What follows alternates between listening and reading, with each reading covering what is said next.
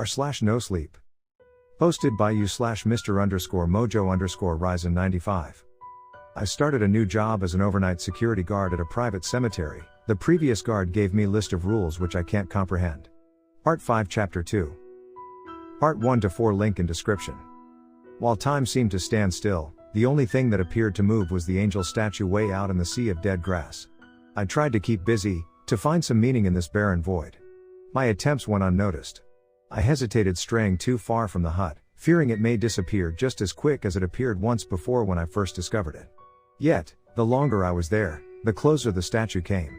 I felt no hunger, no thirst, no desire to sleep. Within this void, time seemed warped. What scared me most of all was the sun was not even hot, despite it shining bright high up in the sky, without a cloud to be seen. Everything seemed neutral here. While I typed my story up to this point, I searched the web, and watched countless hours of videos. Over the day, my eyes began to strain. My camera reflection painted a horrible picture of myself. I looked as if I aged 10 years, with big dark bags under my eyes.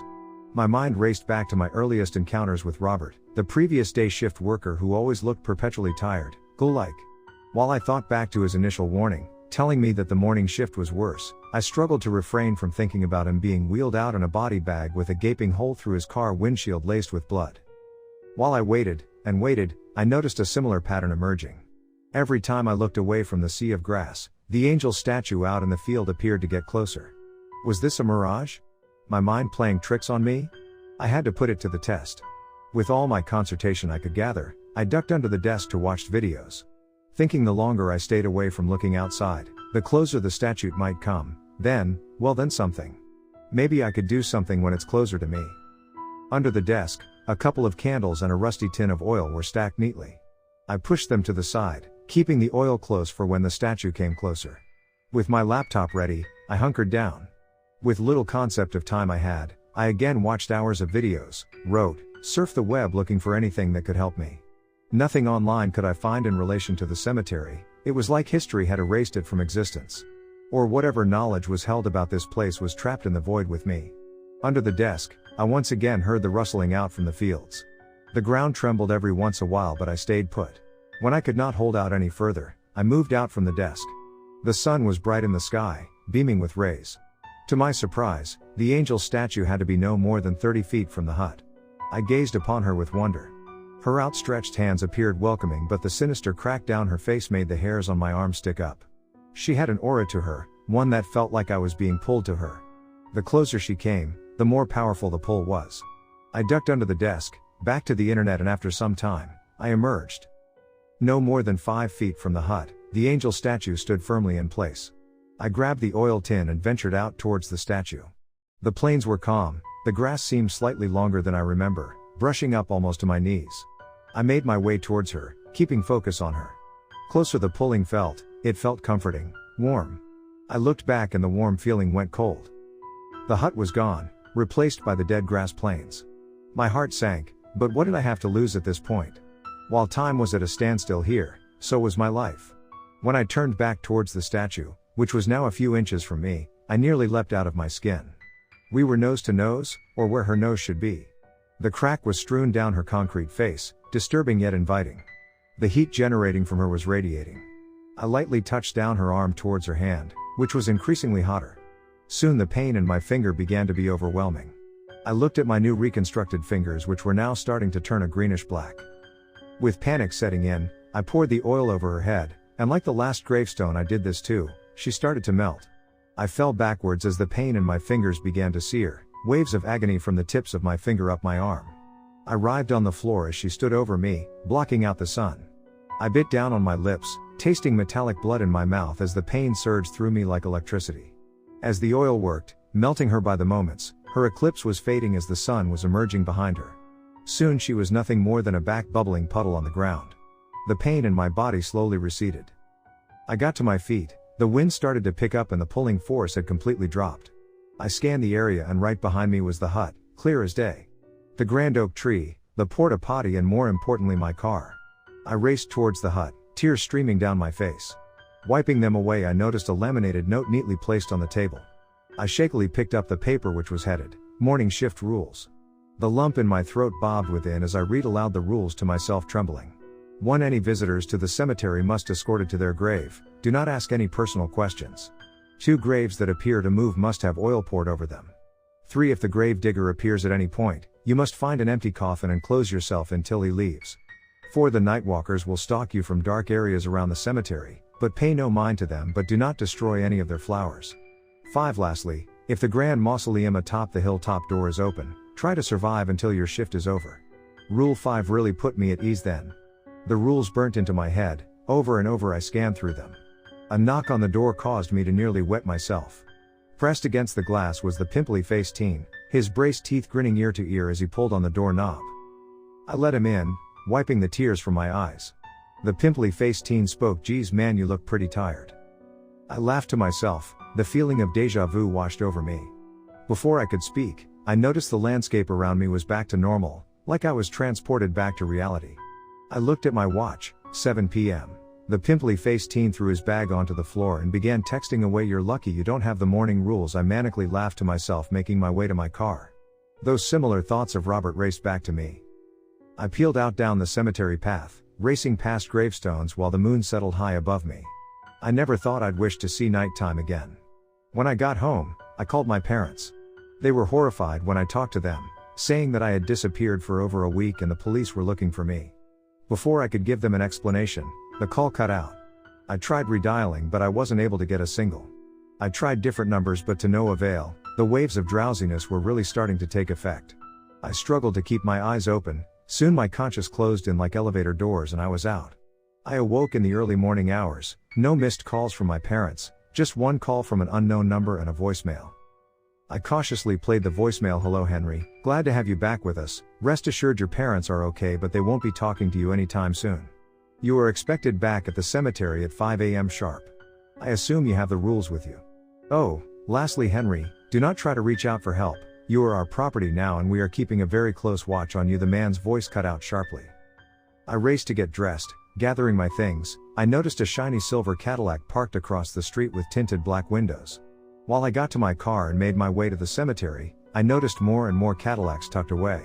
I pulled towards the cemetery road and braced for my second shift, the sun just starting to peek out from past the treetop. I started a new job as an overnight security guard at a private cemetery. The previous guard gave me a list of rules which I can't comprehend. Part 6 Chapter 2. As I got myself ready for the morning shift, the dull throb in my hand was coming in waves. It was tender to the touch, like I had an old burn on it that was still healing. My mind raced back to being thrusted into the fire by the golden masked men. I slapped myself back to reality and gathered my things, heading towards the cemetery once more. Again, on my route there, Cadillacs seemed to be tucked away at every corner. I could not shake the feeling that they were watching me. The sun was peeking out over the treetops this morning. It was looking to be a clear day. As I drove along the winding cemetery road, I was getting a better look at the cemetery during the day. It almost looked peaceful. Waiting for me inside the hut was the pimply-faced teen, his head resting down on the table. I pulled up alongside the hut, where he nearly jumped out of his seat. He looked shaken already. We met by the door, exchanged a glance that said we both knew what crazy shit we were in, yet we were still here. "Hey man, you're looking pretty tired, everything okay?" His voice cracking an octave or two. "Yeah, just been a long few days, that's all," I replied, wiping the sleep from my eyes. "How was your night?" The teen looked around anxiously. "Well, it was weird to be honest. A gravestone started popping up all around me, so I went to pour the oil over it, you know. When I was out there, the gravestone started to melt, which was cool but freaked me out a bit. After I did, a few other stones started to appear, so I went out to them as well." "You weren't out longer than 10 minutes, were you?" I cautiously interrupted, my brow raised, feeling like a seasoned vet. "No, I was quick, but on my way back to the hut, I walked by this angelic statue with a crack running down her face." The teen looked defeated in that moment. It struck me as weird, as I never saw a gravestone like her before, so I checked the rules and there it was. It says not to venture out past her, but I didn't even see her when I initially went out, the teen tried to explain, looking around ever so more. "Did anything else happen that night?" I asked, the feeling of dread starting to creep up on me. No, nothing happened, but I started getting this itchy rash on my arm." The teen lifted his sleeve. A scaly red rash about the size of my hand was up his arm. "It's really starting to bug me, I might try to get some cream for it." "Yay, that's pretty strange man, Be careful of that statue, she's more than she lets out to be, I warned. Alright, will do, stay safe out there, the teen replied. I'll try, man, you too, I nodded, watching the teen trail off down the windy dirt road. While I got myself situated, I went over the night rules that I had tucked away in my pocket. 1. Any visitors to the cemetery must escort it to their grave. Do not ask any personal questions. 2. Graves that appear to move must have oil poured over them. 3. If the grave digger appears at any point, you must find an empty coffin and close yourself until he leaves. 4. The nightwalkers will stalk you from dark areas around the cemetery, but pay no mind to them, but do not destroy any of their flowers. 5. Lastly, if the grand mausoleum atop the hilltop door is open, try to survive until your shift is over. Seems simple enough, I thought. I definitely knew the consequences of not following them. While I scanned over the rules, a buzzing from my phone caught my attention. A bank statement, a direct deposit of 2 weeks' pay sent to me. While I hummed over the money that filled my account, the day was only just about to begin. Like usual, the shift started slow. I counted each gravestone I saw, which is vastly easier during the day. I could get a great view of the cemetery during the day, seeing the rolling hills. The scenery was kept very tightly where it was lush with trees, bushes, and various plants. I scanned the horizon, making sure to refer back to the rules after every so often. About midway through the shift, when the effects of boredom were sweeping over me, something caught my attention. Over one of the hills, a shape in the distance began to form. My sight blinded by the sharp rays that day, I struggled to see what looked like a man walking closer to the hut. While he came closer in my view, the older man took on more features. He lumbered as he walked, dragging behind in one hand a rusty old shovel. His gray straggly beard hung loosely down his face. With a straw hat and blue dusty overalls, his bizarre gait began to set off red flags in my mind. I read over the rules and there it was, number 3. If the grave digger appears at any point, you must find an empty coffin and close yourself until he leaves. Great, now I got to get into a coffin before this guy gets near me. I gathered my things and nervously stepped out into the cemetery, the fresh air filling my lungs. The gravedigger was close, his solid white eyes tracking me down like a predator stalking prey. His lack of pupils formed a sick, inhuman feeling within me. I began to sprint out into the cemetery, the gravedigger changing course to each direction I went. He picked up his pace while I did the same. I desperately looked for an open grave, hoping I could find one with a casket. Something I had never seen within this cemetery before. At a full sprint, he trailed behind me, huffing and grunting like a rabid animal, dragging behind his shovel which clanged against the gravestones. Sweat was racing down my face now, I could almost feel his breath on my neck. He lumbered over me, the shadow he cast above me nearly blocking out the sun. I dug deep within myself, taking a sharp right down a steep hill. His long sharp nails clawed into my back. I yelped, but the sudden course of direction threw me off, and apparently, him as well. I stepped from the turn, twisted my ankle which sent me tumbling down the hill. I ragdolled all the way down, crashing into an overgrown pile of brush. While I gathered myself, with adrenaline still pumping, the gravedigger carefully tracked his way down the hill. I got to my feet and scanned the area, seeing a large mound of loose dirt piled next to a grave. A light bulb went off in my head and I beelined to the empty grave. Faced with the dirt pile in front of me, the gravedigger wasn't too far away but gaining ground quick. I looked down into the grave and 6 feet below the surface, an old wooden coffin sat. I let out breaths of hot air, trying to control my breath as the gravedigger trudged on. I jumped into the grave and lifted up the coffin lid. A feral smell resonated from the coffin, nearly causing me puke up my breakfast. Stinging my nostrils and watering my eyes, I hopped into the coffin which was filled with loose dirt and debris. I closed the lid, surrounding myself in the foulness and let myself succumb to the darkness. I prayed this would work as I heard the gravedigger get closer. He stood at the side of the grave huffing and puffing, letting out a guttural growl every once a while. While I waited, which felt like an eternity, I felt a sprinkle of dirt hitting the coffin. The gravedigger was burying me alive, feeling the weight of the dirt pile onto the coffin. The wooden coffin creaked after each shovelful that was put on, the grunts of the gravedigger being drowned out. I struggled inside the narrow coffin, hyperventilating as I screamed out. Soon, the world went quiet. The shoveling stopped and all I was left with was the darkness of the suffocating coffin. How long could I be in here for, I wondered as I struggled to hold off a panic attack. I checked my watch, 4 hours to go before my shift ends. The weight of the coffin lid was heavy, not budging an inch. I dreadfully tried to calm myself down. All sense of time was lost and the claustrophobic feeling never fully went away. Like a true blessing, the minutes before my shift ended winded down. I needed to make a move. I pressed lightly on the coffin lid where in the past barely moved, now moved with much ease. My back ached with pain from the gravedigger's scratch. I lifted harder this time, creaking open the side expecting a flood of dirt to come in.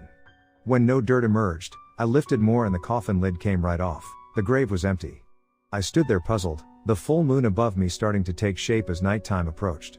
I lifted myself up out of the grave, freezing to see any sights of the gravedigger. When nothing appeared, I made my way hastily back to the hut, passing by the gravedigger's rusty shovel which was stuck into the dirt pile. On cue, I emerged from the darkness to meet the pimply-faced teen waiting out front of the hut. He looked at me, covered in dirt, and asked what I had been up to. Before I could answer, the ham radio in the hut went off. We looked at each other solemnly as the teen took one last hit of his vape and went to answer the radio. I patted him on the back before getting into my car and headed home. My ankle was sore and my back was caked with dried blood. Once I got home, I showered off the dried blood and dirt and thought long and hard about my life. How long was I going to keep this up before something terrible happens? Something terrible like meeting Robert's fate. I thought hard that night, developing a plan I think may work. With a heavy head from a long day, I slept like a log till early that morning. I started a new job as an overnight security guard at a private cemetery. The previous guard gave me a list of rules which I can't comprehend. Part 7 Chapter 2. I woke up that morning with the best sleep I've had in what felt like weeks. I looked at my alarm, letting out a loud stretching yawn. Couple more minutes in bed then I'll head out, I figured. When the time came, I gathered my things and headed out towards my car. It was going to be cloudy, foggy day according to the forecast. I brought an umbrella with me just in case. Making my way to the cemetery, the usual Cadillacs pathetically tried to remain tucked away. They weren't doing a great job. They could watch me all they want, it didn't bother me. I wasn't planning on sticking around here much longer anyway. With the money I've made, a new change of scenery was just what I needed. Hardest part now was lasting that long till I left. I needed to be smart these next few days. I pulled up along the hut. The pimply-faced teen stared out blankly into the cemetery. I approached him cautiously, even tapping on the glass to get his attention. Nothing. I walked towards the door. He had locked himself in. I banged on the door, jostled the handle, yet he didn't move, frozen like a statue. When I couldn't get a response from him, I warily made my way in front of him through the glass.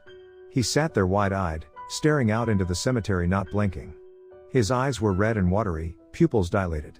I waved and tried to get his attention, but to no avail. When I couldn't get a response, I looked around and noticed a few pebbles around the hut. I picked one up innocently and tossed it at the glass. What I heard was the most hell-raising scream I've heard from a person.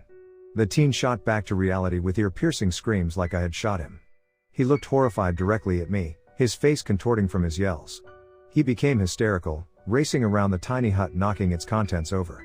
I tried to help, but he burst through the door and raced down the windy narrow path out of the cemetery. That left me very unsettled, especially with how good my morning was going already. I got situated in the hut and read over the rules again. 1. Any visitors to the cemetery must escorted to their grave. Do not ask any personal questions. 2. Graves that appear to move must have oil poured over them. 3. If the grave digger appears at any point, you must find an empty coffin and close yourself until he leaves. 4. The nightwalkers will stalk you from dark areas around the cemetery, but pay no mind to them, but do not destroy any of their flowers. 5. Lastly, if the grand mausoleum atop the hilltop door is open, try to survive until your shift is over. As the day trudged along, I prayed for no more visits from the gravedigger. I don't think I could spend another second inside a coffin. I read over some things online, watched some videos trying to keep calm and cool. I read over the rules again and again, feeling more confident that I would be okay. The cloudy day turned into a full-blown blackout with thick rolling clouds blocking out the sun. The air pressure rose from within the cemetery and the smell of precipitation hung in the air. As the gloominess was settling over the land, I noticed a shape peeking out from behind the oak tree next to the porta potty. A figure stood peering out from behind the tree. It had bright yellow eyes and gray steel-colored skin which looked rugged. I stared at it for what felt like an hour, watching it stand there silently. Watching me from beyond the tree. Had he always been there, I wondered to myself. I looked over the rules when number 4 caught my eye. The nightwalkers will stalk you from dark areas around the cemetery, but pay no mind to them, but do not destroy any of their flowers. Well, that's great, I thought, looking back towards the tree. But he was gone. I went back to my reading, but my eyes kept drifting up, waiting to see any of these so-called nightwalkers. When I picked my head up for the 3rd time in 5 minutes, I noticed an oddly shaped circular gravestone protruding from the ground not too far from my car. I could have sworn that was not there originally, as I've never seen a circular tombstone before. I got the oil can ready and headed outside. A cool breeze was blowing as the rolls of gray clouds spilled across the sky. I headed towards the gravestone, which strangely had no markings on it and was cool to the touch.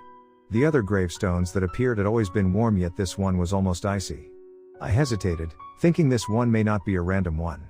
I cursed myself for not paying better attention, ultimately deciding to pour the oil over it. While I figured, what could wrong, I was faced with a much different reality. The oil poured over the gravestone, starting to melt it, which gave me some sense of relief.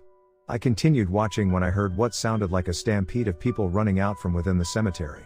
When I looked, the cemetery was quiet, trees and foliage rustling about in the wind. I returned back to the gravestone, which was now almost completely melted. Before I turned and went back inside the hut, a shape from within the oil caught my attention. As it continued melting, a flower began to take shape from inside the cracking gravestone. Confused, I looked down in horror as more of the flower revealed itself. The stampeding started back up again. The flower writhed about from within the oil, death overtaking it. It turned from lush green and white to sickly brown and black, twisting in pain as the oil bubbled around it. The stampede grew louder, the ground vibrating around me. I rushed towards the hut and was faced with the oncoming swarm of nightwalkers. They ran on all fours, mouths hanging agape with bright yellow eyes. Their elongated limbs sprawled apart as they raced for the hut. I went over the rules, not seeing any way to fight them. In a desperate attempt, as they closed in on me, I got in my car and peeled off down the dirt road. Maybe this early retirement was coming sooner rather than later. As I raced along the dirt path, I looked back in my rearview mirror and saw the horde in full force charging towards me. There must have been over 20 of them. Panic filled my body. Dirt crowded the air as they drew closer to me. Their gallop shocking the earth, sending waves of vibrations that shook my car. My heart was in my chest. I prayed I'd make it out in one piece. My mind flashed back to Robert's car and what came of him. With the iron gate in front of me, out of the cemetery in sight, I floored it, pushing my car to the limit. Looking behind me one last time, I saw the horde stopped in its path, staring at something. When I turned back around, the woman with long flowing red hair stood smugly in the gate's entrance. I slammed on the brakes, sending screeches resonating through the air, and the car struggled to stay on course. My car spun out of control, flipping over before smashing into the iron perimeter face. I awoke in the mangled car covered in broken glass and the airbag deployed. My ears rang and my nostrils were stung with heavy smoke. I was upside down, trying to get my seat belt undone. Deep gashes were up along my arms, blood was trickling down into my eyes, blocking my vision. Before I lost consciousness, the woman in red bent down looking inside the car, shaking her head disapprovingly before the world went dark. I awoke in my room. It was nighttime. Did I have a dream? I questioned. I went to the door, but I was locked in. This didn't feel like my room. Outside was pitch black and the window couldn't budge. While being an exact replica of my room, it felt otherworldly. I was covered in bandages and my shoulder ached with pain. My mind raced back to the car crash. It felt so real. I'm sitting here now in this fake room of mine, typing away. I don't know how long I'll be here. It's been a few hours and nothing so far. Hope this entry makes it out to you guys. We'll update when I can. I started a new job as an overnight security guard at a private cemetery. The previous guard gave me a list of rules which I can't comprehend. Part 8 Chapter 2, Series Finale. The night dragged on, not seeming to move as I stared out the window at some phony movie set. The room smelt like cheap plastic, like the 99-cent version of my real room. It scared me that they knew so much about my life. While I pondered on where my life has taken me till this point, my mind racing back to the blank, hellish faces of the nightwalkers. A low hum was emitting from the walls around my room. I pressed my ears against the wall, feeling a slight tingle through my body. As I pressed harder into the wall, I caught the faintest sound of talking. My TV across the room flickered on. The loud sound of static made me jump. I turned towards the TV, which lit up the dark room with a light blue fluorescent light as it struggled for a connection. When the TV caught a signal, a woman appeared on the screen. "Well, Henry, you've made it this far. I have to say I am slightly impressed," the woman spoke, taking a long draw from a cigarette. "See, can you hear me?" I questioned. The woman leaned closer to the camera. "Yes, we can, Henry. Let me tell you. You've been a great deal of joy for us, but your time with us is winding down. You have two choices, Henry. We cannot let you leave us knowing all that you know about us. With that, I am going to present with you two options." "Okay, go ahead." That nervous tickle in my throat started to form. Option number 1, I'm sure you are very familiar with what we call the void. You were there for some time, I'd say on Earth hours, approximately a week. My mind flooded with images of the vast dead grass plains that I walked aimlessly. Yes, I am, I retorted. Well, good, that is option 1. You will be brought there. You will not age and you will not die, I am essentially offering you immortality. Think of it as you are behind the looking glass to reality. Time moves differently when you are there. My mind already going 100 miles a minute, eh? And option 2? Option 2 is you join us, Henry. So far you have been our longest lasting security guard. You've seen some pretty marvelous things within our little cemetery. We need someone now to oversee the new cattle that comes in. Cattle? What do you mean cattle? I asked, leaning closer to the screen. We were nearly nose to nose. We need people like you, Henry, to join us or to feed us. The elders need to feed, that's what makes this world keep on spinning. The woman dragged long on her cigarette till it was a twisty little ash. I have no clue, lady, why the hell would I want to join you? My voice raising. You don't have to, darling, you have another option, the woman snorted. Well, fuck that. You just said I'll be cattle for you and whoever the fuck to be fed to, I screamed. The woman rose from her chair and walked off camera, leaving an empty room. I stood in the room huffing and puffing, my head feeling heavy. The lights in the room turned on, blaring me in the eyes. A voice from a speaker somewhere in the room resonated. Pick, Henry, you have 2 options, the woman thundered. I don't know, I cried, falling to the floor weeping. The light getting ever so brighter, blinding me. Thoughts of my family and my old life came rushing back to me. Pick, Henry, or we will decide for you.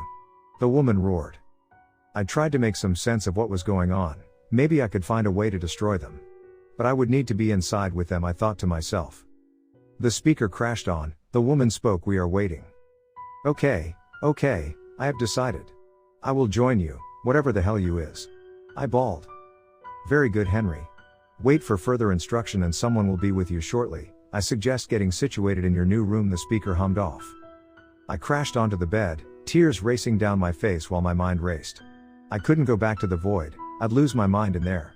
Maybe there is some way I can figure more of this out, but I need to be in this reality to do it. As I laid on my bed while began to overtake me, I slept soundly till being woken by the sounds of birds chirping. I looked out from my window, seeing the bright rays of sunlight peeking out from the horizon. Except I wasn't looking out of my apartment window. I was looking out into the cemetery where graves stood scattered amongst the fields of brush and foliage. I stumbled backwards in a panic, screaming out to the woman's voice, hoping she'd answer me. Why? Why am I back here? What's going on? I wailed. The room went bright white again, blinding my eyes, searing into them. As I crumbled to the floor, I tried to fight against the searing white-hot light. Then, nothing. Like an instant flash, I opened my eyes and was met by the glaring metal of my wrecked car. I tried to stand up, but my body ached in pain. Blood was racing down my forehead. My car laid in a mangled, totaled mess. I stumbled to my feet, using the car to help me up. Glass cracked as I struggled to get my footing. The sun was high in the sky that day, yet a neutral, comfortable temperature laid about. I looked around as the panic and dread set in deep within my stomach. An empty field lay before me with soft, overgrown yellowish grass. I stepped forward, nearly falling over as my legs struggled to keep balance. I turned around to grab my car and it was gone. Soft, dead grass lay in its place. My mind went heavy as the tears bubbled in my eyes.